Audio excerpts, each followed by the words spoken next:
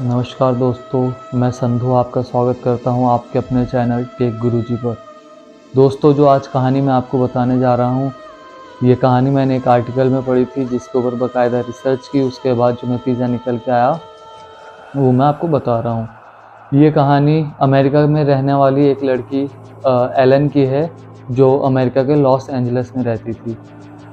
तो एलन की शादी हो चुकी थी, उसके 2 बच्चे थे। उसका एक पति सॉफ्टवेयर कंपनी में इंजीनियर था। होता क्या है कि उनकी ज़िंदगी नॉर्मल चल रही होती है। अचानक से एक दिन एलन को अपने घर में कुछ महसूस होता है। उसको लगता है कि शायद ये उसका कहीं न कहीं वहम होगा। वो इस चीज़ को इग्नोर कर देती है, लेकिन उसको लगातार ये महसूस होता रहता है कि उसके घर में किसी न किसी चीज़ की एक्टिविटी है। 3 से 4 दिन के बाद वो अपने घर के अंदर एक साया देखती है, जिसके बाद वो अपने पति को इसके बारे में बताती है और उसका हस्बैंड कहता है कि शायद आप डॉक्टर से कंसल्ट करो, कहीं डिप्रेशन की वजह से आपको ये लग रहा होगा कि कोई वहम होगा आपका।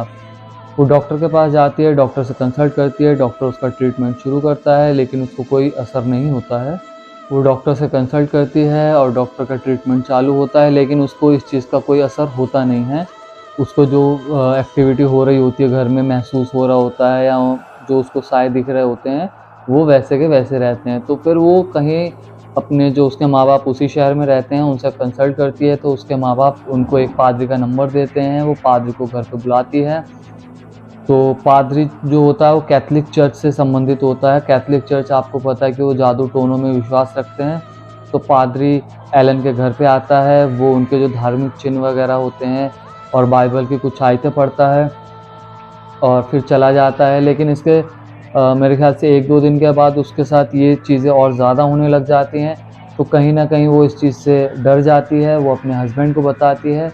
उसका हस्बैंड कंसल्ट करता है एक भूत पकड़ने वाले, जो आपको पता होगा अमेरिका के अंदर प्रोफ़ेशनल होते हैं इस चीज़ के, जो भूतों को पकड़ते हैं। उनके पास इक्विपमेंट वगैरह होते हैं जो डिटेक्ट करते हैं कि यहाँ कोई पैरानॉर्मल एक्टिविटी है या नहीं है।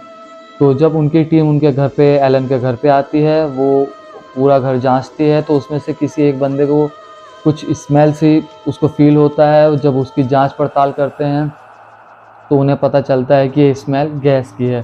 आपको पता होगा कि अमेरिका के अंदर जो खाना बनाने वाली जो गैस यूज़ करते हैं घर में, वो पाइपलाइन के थ्रू आती है।